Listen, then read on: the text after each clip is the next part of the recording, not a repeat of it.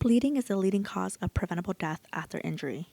There are several types of incidents that can result in severe bleeding, including car accidents, accidents while hiking or engaging in other outdoor activities, accidents at work or home, acts of violence, and large-scale disasters such as earthquakes.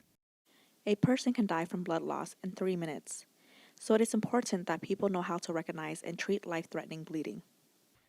The Stop the Bleed campaign provides bleeding control training to the general public to enable bystanders to act in an emergency situation. It also provides bleeding control equipment in public places so bystanders have the supplies they need to save lives. Since 2018, the Seattle Office of Emergency Management has trained over 500 people on how to control life-threatening bleeding.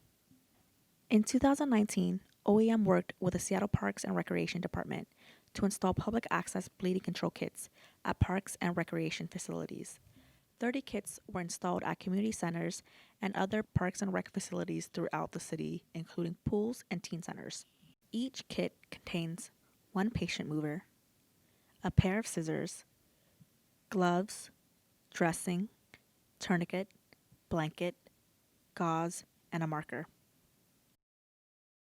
OEM will continue to fund the placement of bleeding control kits at additional community locations throughout 2020 and beyond.